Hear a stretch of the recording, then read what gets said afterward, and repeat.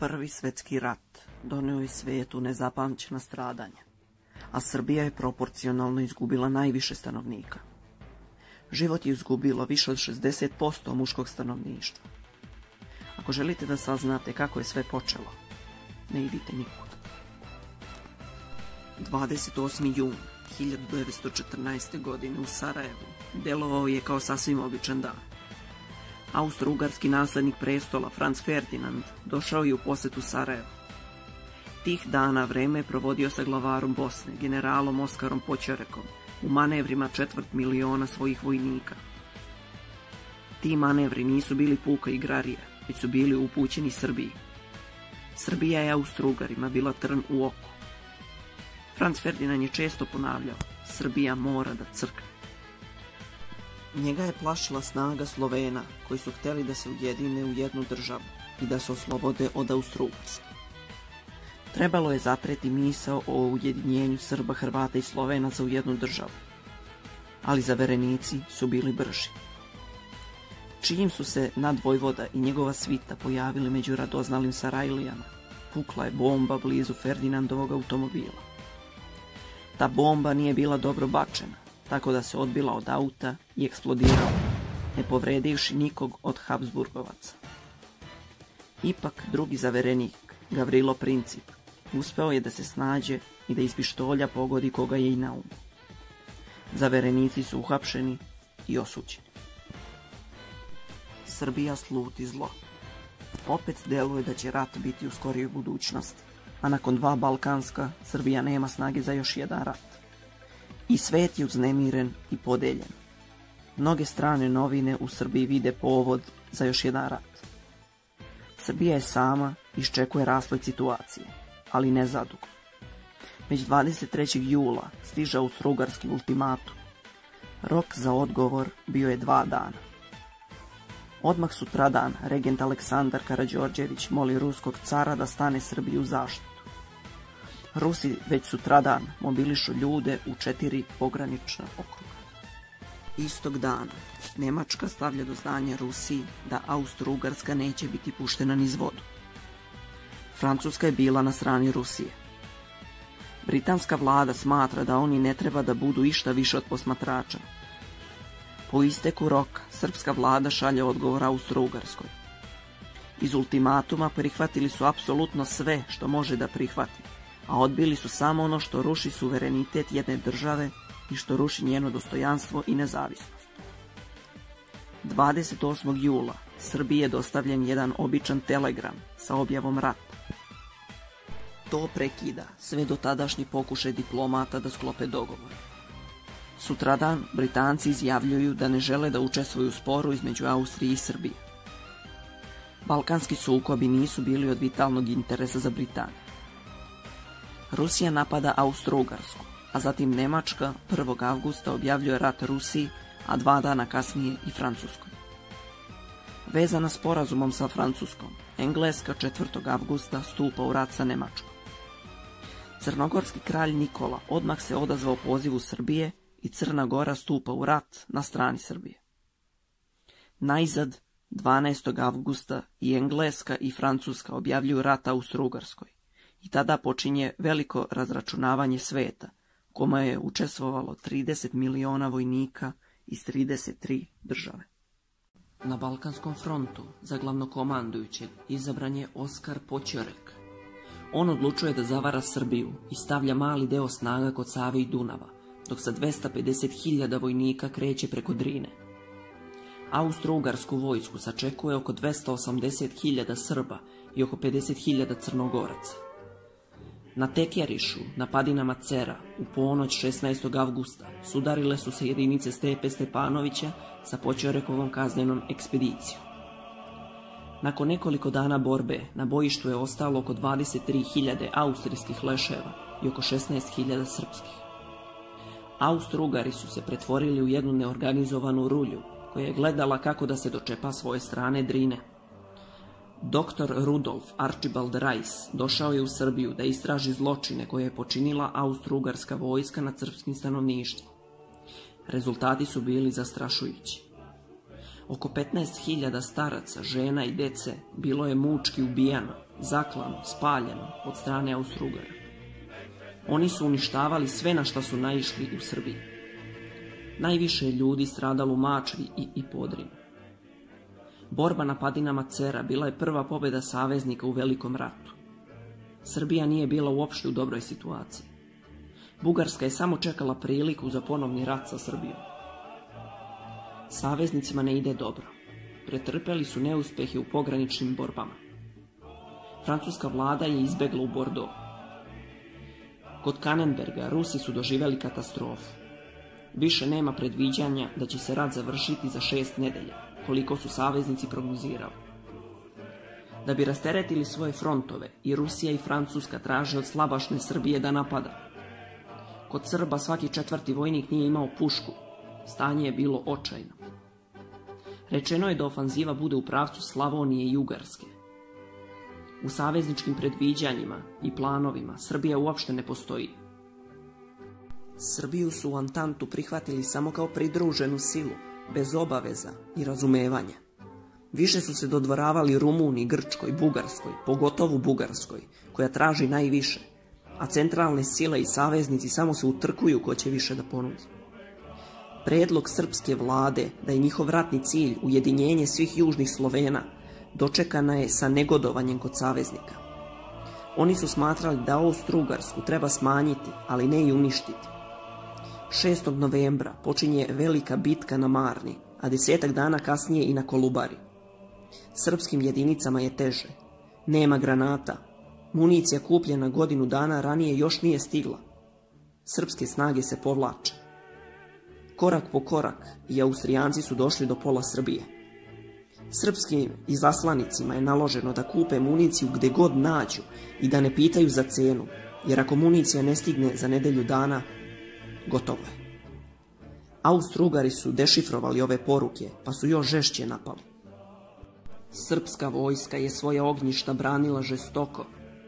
Čak i stari kralj Petar došao u prve rovove. Napokon, iz Francuske stiže dugo čekana municija, ali na zaprepašćenje svih, municija nije odgovarala topovima koji su također kupljeni od Francuza. Da li je to bila greška ili namera, nećemo saznati, ali radnici u Kragujevcu brzo ispravljaju grešku i municija se otpremljuje vojsci. Ipak, 30. novembra, trupe odbrane Beograda napuštaju Beograd. Ceo svet očekuje vest o kapitulaciji Srbije, ali umjesto toga stigla je vest da su srpske trupe krenule u protivofanzivu. Austrijanci nisu mogli da se suprotstave i počeli su povlačenje. General Živojin Mišić obaveštava da na teritoriji Srbije nije ostao ni jedan jedini austrougarski vojnik, osim zarobljenika i leševa. Od početka rata Austro-Ugarska je u Srbiji izgubila oko 270.000 vojnika i oficira. Nakon ove velike pobede, srpska vlada donosi Nišku deklaraciju, to jest da je ratni cilj Srbije ujedinjenje Srba, Hrvata i Slovenaca u jednu državu. U Srbiji se potom javlja epidemija tifusa, koja je desetkovala vojsku i stanovništvo. Procenjuje se da je od te bolesti u Srbiji umrlo preko 300.000 ljudi.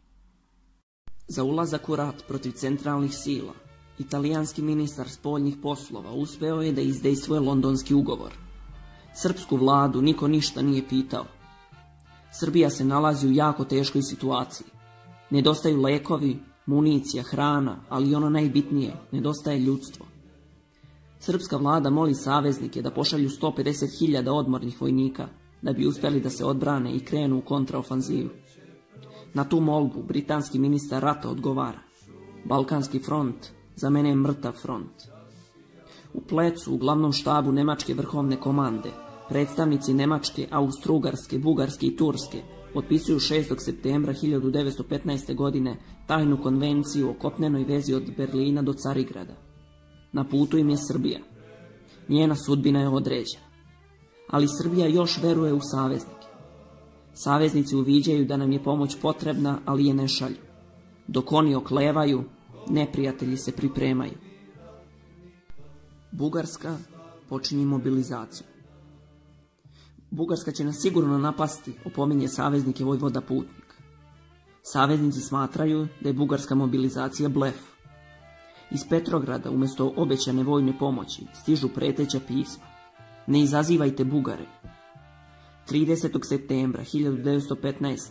nemački car izjavljuje: učinit ću čast srpskom narodu jer ću protiv njega poslati jednog Makenzena.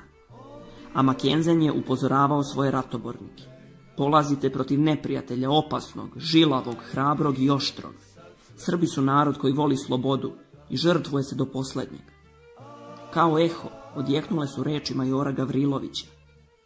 5. oktobra počinje bombardovanje Beograda. Sutradan krenula je nemačko-austrougarska armija od preko 500.000 vojnika. Branilaca je bilo mnogo manje. Ratnici prekaljeni u balkanskim ratovima nisu izdržali. Beograd pada. Od tada kreće šestomesečno povlačenje koje po oceni maršala Žota strahotama prevazilazi sve što je ikada zabeleženo u istoriji. Da li je taj marš pokretnih skeleta mogao da se izbegne? Prva nada bila je dugo čekana i željena vest. Otpočelo je iskrcavanje francuskih vojnika. Iskrcalo se i 3.000 Engleza. Prvo će početi prevoz francuskih trupa, javlja srpski predstavnik iz Soluna. Malo posle toga stiže razočaravajuća vest. Pokreti francuskih trupa obustavljeni su do dalje naredbe. Makenzen iščekuje svoga kajzera u prestonici Srbije. Nemci napreduju sporo, ali prodiru sigurno. Ujutro 11. oktobra Bugari bez objave rata sa svojih 9 mnogoljudnih divizija napadaju već napadnutu Srbiju. Naša vlada još jednom pokušava da umilostivi Engleze, ali dobija samo prekor. To što se danas nalazite u teškoj situaciji, sami ste krivi. Niste hteli Bugarskoj da učinite ustupke, već ste hteli da izginete do posljednjeg. Makenzen sprema konačno uništenje srpske vojske kod Kragujevca, a kad mu taj manevar nije uspeo, Nemci kreću ka zapadnoj Moravi da presretnu srpsku vojsku. U međuvremenu Bugari zauzimaju Vranje i Kumanovo, a već 22. oktobra ulaze u Skoplje. Srbija je ostala bez jedine veze sa saveznicima. Srbiji je javljeno da će saveznici poslati 80.000 svojih vojnika, ali da na tu pomoć ne treba računati pre 2 nedelje. I Niš je pao. Srbi nastavljaju da se povlače. Bugarski i nemački car u Nišu organizuju smotru svojih vojnika. Neprijatelji pobeđuju, a Srbi se ne predaju. Francuzi su na našem tlu i general Sara je kod krivoloka. Čim je to saznao, stari vojvoda Putnik predlaže zajedničku akciju koju Francuzi odbijaju. Po naređenju francuske vlade, Saraj napušta našu teritoriju i ne obaveštava srpsku vrhovnu komandu o svom povlačenju u Solun, a srpska vojska bila je udaljena samo 50 km od njih. Brojno stanje savezničkih trupa 8 divizija, a akcije 0. Englezi javljaju da nemaju zimska odela i da ih to sprečava da napadnu. U tom trenutku Srbi nisu imali ni letnja ni zimska odela. Nosio je ko je šta imao. Sudbonosna odluka za opstanak zemlje doneta je u Prizrenu. Kapitulacija bi bila najgore rešenje, pisalo je u direktivi srpske vrhovne komande. Dalje povlačenje srpske vojske treba da ide kroz Crnu Goru i Albaniju na Jadransko more. Pošto Srbija nije mogla da izdrži nalete austrougarskih, nemačkih i bugarskih vojnika, kreće da se povlači. Iz Prizrena je krenula prva grupa sa vladom, vladarom, vrhovnom komandom i diplomatskim korom, putem dugačkim 115 km, preko Vezirovog mosta, ledene Mihajne, koju je trebalo na 15 mesta gaziti do pojasa da bi se stiglo do Skadra i Lješa. Druga grupa je preko Ljum Kule, Piškopeje, Struge, Tirane do Drača krenula 30. novembra, također iz Prizrena. Iz Peći su posljednje krenule sve 3 armije, glavnina vojske. Istovremeno, nemačka vrhovna komanda saopštava svetskoj javnosti. Pošto srpska vojska više ne postoji, osim bednih ostataka koji su se razbežali u divlje albanske i crnogorske planine, gde će bez hrane po ovoj zimi naći samo smrt, sve dalje operacije su prekinute. Na maršu smrti neprijatelji su svoj deo posla obavili. Srpska vojska bila je potučena, ali ne i dotučena. Prkosnik Živojin Mišić imao je drukčije mišljenje o bednim ostacima srpske vojske. Na sastancima komandanata armija zahtevao je napad, a ne odstupanje. Preko granice naše zemlje krenulo je preko 220.000 vojnika i nenaoružanih regruta, a sa njima i preko 200.000 civila. Smrt je na svakom koraku. Za 23.000 mojih vojnika dotureno je za 7 dana 3.000 hlebova. Ostaci moje armije iščeznuće u najskorije vreme, jadikuju komandanti armije. Po toj računici, svaki vojnik je dobijao oko 1/5 hleba za 7 dana. A hleba je zapravo bilo, ali sa druge strane mora. Francuzi nagomilavaju džakove brašna, a italijanska mornarica trebala je te džakove da doturi srpskoj vojsci. No čim je jedna austrougarska podmornica potopila prve brodove sa hranom, Italijani obustavljaju sve transporte. I to baš kada u Skadar, 50 km od obale mora, stižu prvi pokretni leševi. Saveznici čak ni ne znaju šta će sa pristiglim jadnicima. Mnogi saveznički mediji pišu da se od mrtvaca ne može napraviti živ čovjek. Ali saveznici odlučuju da se srpskoj vojsci treba pomoći, ali da oni nemaju flotu koja bi mogla da primi srpsku vojsku. Oni predlažu još 300 km puta kroz močvare, sa neprijateljima za leđima i čestim klopkama albanskih pobunjenika. Srpska vlada izjavljuje: ako uskoro ne dobijemo hranu, predstoji nam jedino kapitulacija, najžalosniji kraj koji nismo zaslužili. Srpska kolona ponovo kreće prema Draču i Valoni. A u Valoni Italijani dočekuju našu vojsku opomenama da imaju naređenja da silom zaustave Srbe ako se približe Valoni. Ovakvo držanje saveznika opisuje jedan srpski hroničar. Jer ovo što se s nama radi, to je i greh i zločin. Posle dosta većanja, saveznici odlučuju: srpska vojska biće prebačena na grčko ostrvo Krf. Za učesnike marša smrti to je još daleko. Predstoji još 100 kilometara pešačenja i gladi. To bi trajalo i duže da Austrijanci nisu požurili saveznike. Kod Mojkovca 6.500 crnogorskih sandžačkih vojnika sa serdar Jankom Vukotićem odolevaju naletu 20.000 austrijskih vojnika. Sa te strane nisu prošli, prodrli su od Kotora. Napuštena od saveznika, crnogorska vlada 21. januara 1916. godine potpisuje kapitulaciju. Austrijanci su pred Skadrom, a vrhovna komanda, vlada i polovina srpske vojske u Skadru. Onima koji su u maršu ka Drini novo naređenje: produžite do Valone, Dračko pristanište nije bezbedno za ukrcavanje. Novih 200 km hoda po bespuću. Samo pri prelasku reke Maće podavilo se više od 1000 naših vojnika. Očajanje je na vrhuncu. Oglasio se jedino ruski car koji je engleskom kralju i francuskom predsjedniku šalje ultimatum i kaže: ukoliko se srpska vojska odmah ne izbavi iz Albanije, Rusija raskida savez s Antantom i sklapa mir sa Nemačkom. Počinje prvo prebacivanje srpskih jedinica na Krf. Italijani teraju po svom. Prvo ukrcavaju austrijske zarobljenike da bi ih što pre uputili na rad u Italiju.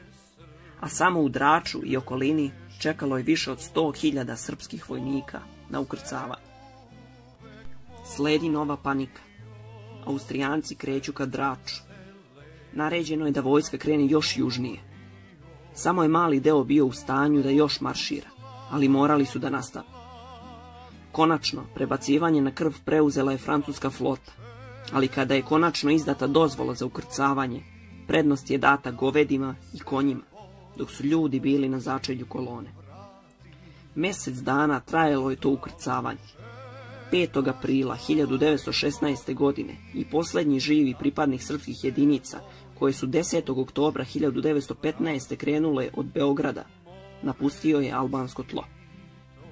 Do Krfa je stiglo 151.900 živih mrtvaca. Za 77.000 vojnika i 139.000 civila nema ni podataka ni obeležja. Ostupanje preko Crne Gore i Albanije odnelo je 217.000 života. Vojnici koji su uspeli da prežive albansku Golgotu prebacivani su uglavnom u Grčku na ostrvo Krf. Najslabiji slati su na ostrvo Vido, gde su većinom umirali. Pošto je tlo na ostrvu bilo kamenito, umrli vojnici nisu mogli da se tu sahranjuju, već su prebacivani u more. Tako je nastala čuvena plava grobnica. Nikada nije utvrđeno koliko je tačno vojnika ostalo na večnoj straži u moru. 7, 10 ili 15.000 kako neki navode. Srbi koji nisu bili poslati na Vido, za mjesec dana su se oporavili i krenuli nazad u boj. Krenuli su nazad ka svojim ognjištima, krenuli su za Srbiju. Počeo je da se oformljuje takozvani Solunski front. 2 mjeseca su trajale pripreme za odlučujuću bitku. Za komandanta prve armije postavljen je Petar Bojović, a Živojin Mišić je postao načelnik štaba vrhovne komande. Komandant Balkanskog fronta postao je Franche Depere. Front je bio širok oko 450 km. Neprijatelja je bilo 626.000, dok je saveznika bilo 628.000. Bugari i Nemci su raspolagali sa 1600 topova i 80 aviona, a saveznici sa 2000 topova i 200 aviona. Raspored trupa je bio ovakav. Na istoku su bili Grci i Englezi, centar su držali Srbi i Francuzi, a na zapadu su bili Italijani. Verovatno ste čuli za izreku: bolje imati pravog neprijatelja nego lažnog prijatelja. Srbija je u ovom ratu imala više tih prijatelja. Kada se odlučivalo kako odpočeti ofanzivu, naši dragi, iskreni prijatelji Englezi nesebično su ponudili da Srbi krenu napred, dok oni moraju nešto da odu negde. Posle dugih rasprava, srpski vojnici su morali sami krenuti napred. 14. septembra 1918. godine počinje bitka. Saveznička artiljerija ne prestaje sa dejstvovanjem. Sledećeg dana 6 srpskih i 2 francuske divizije kreću napred. Posle žestoke borbe prave prolaz kroz neprijateljsku teritoriju dug 14 km. Već sledećeg dana su zagazili 25 km duboko u neprijateljsku teritoriju. Front je taktički probijen. Dobijena je bitka na Dobrom polju. Naša vojska napreduje ka Vardaru. Italijanima se ne žuri. Oni drže Albaniju i to im je dosta. Naravno, ako Srbi slučajno probiju front, oni će nesebično uzeti parče pobedničkog kolača. Došao je red na Engleze i Grke. Krenuli su silovito, ali su ih Bugari brzo odbili. Iz stroja je izbačeno preko 7.000 Engleza i Grka. Srbi su okruženi sa svih strana. Čak su se i one 2 francuske divizije povukle u pozadinu. Neprijatelj, iako pokušava, ipak ne može da zaustavi ove prekaljene borce koji hrle ka svojim domovima. Bugari se masovno predaju ili beže kućama. Depere šalje pismo u kom kaže: sada sve zavisi od srpske vojske. Ukoliko nastavi sa ofanzivom, možemo se nadati konačnom uspehu. U suprotnom, morat ću prebaciti svoje trupe u odbranu. A do sad su kao napadali. Srbi su već 50 km daleko od saveznika. Prešli su Vardar i Crnu reku. Front je i strateški probijen. Udaljeni su samo 140 km od Sofije. Depere poručuje da se odmah prekine sa ofanzivom. Naši komandanti se oglušuju o to naređenje.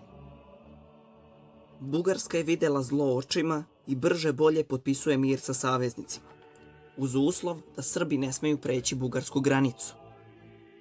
Naše trupe koje su čekale na granici dobijaju naređenje da je ne prelaze, već da nastave na sever.